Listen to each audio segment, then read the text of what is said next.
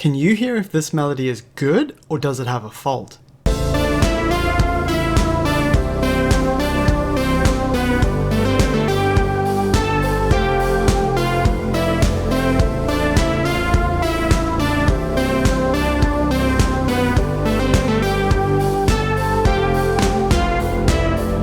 If you couldn't hear if that melody was good or if it had a fault, don't worry, because you're about to learn our melody test, which is a quick way to discover if your melodies are good or if they have some faults.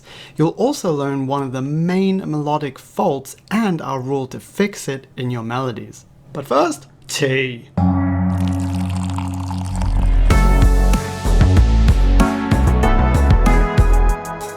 Hello revolutionary music makers, I'm Kate Harmony, this is Ray Harmony, and welcome to Hack Music Theory. The fast, easy and fun way to make music. If you're new to theory, or if you just want a refresher, then read our free book, 12 Music Theory Hacks to Learn Scales and Chords. You'll be able to instantly apply these hacks to your songwriting and producing. So head on over to hackmusictheory.com right after this lesson and download your free PDF.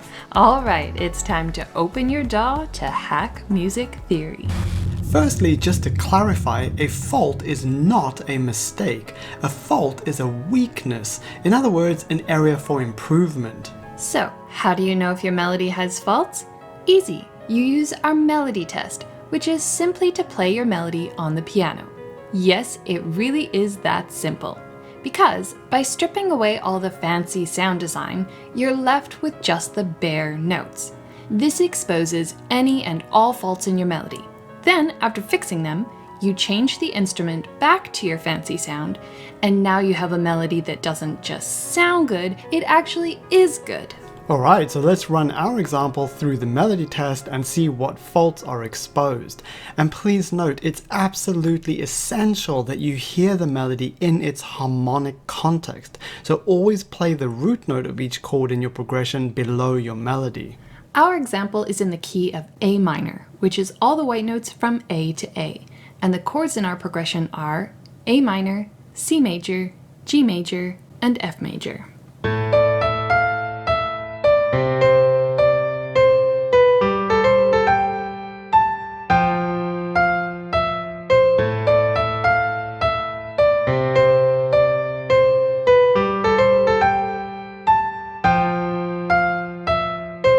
As you can hear, stripping away the fancy sound design removes all distractions and forces our ears to focus exclusively on the notes.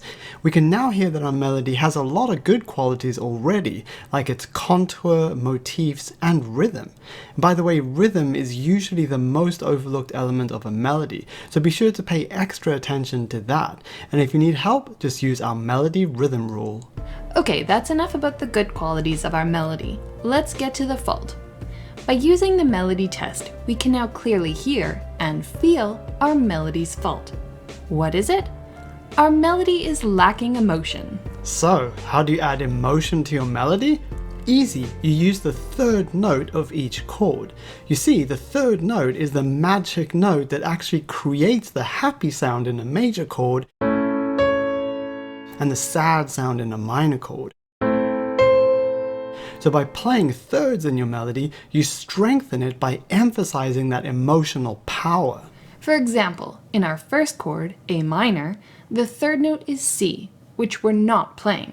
So, by simply moving the D down to C, we emphasize the sadness of that underlying minor chord. Next, we added thirds to our melody over the C major and G major chords as well, which emphasizes the uplifting nature of those major chords.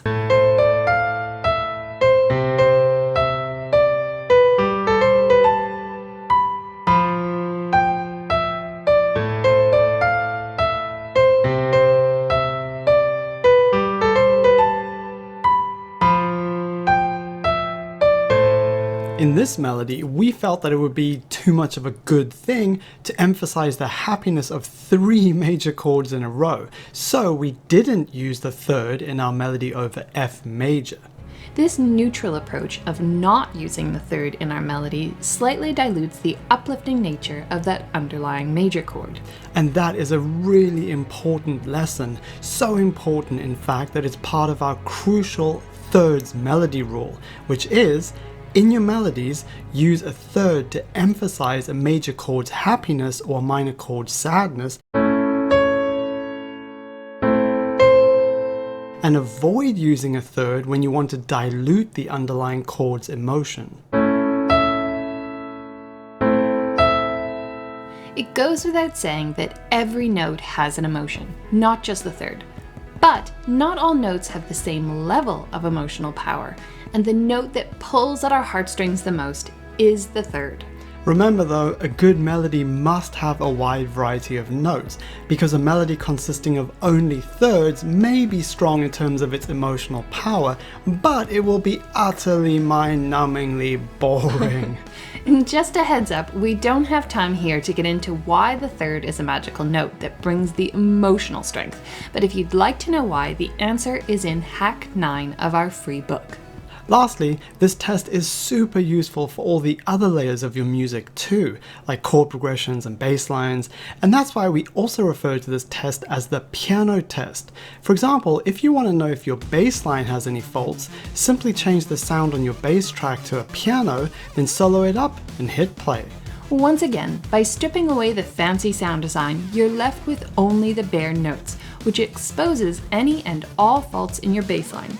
Then, after you've fixed those faults, just change the sound back, and now you have a bass line that doesn't just sound good, it actually is good. And there's obviously many different factors that cause faults in music. So if you want to avoid them all, then use our essential music making hacks, which are available in our songwriting and producing PDF over at hackmusictheory.com. Thanks for being here in the Hack Music Theory community. We really appreciate you. Enjoy the final example, and we'll see you next time.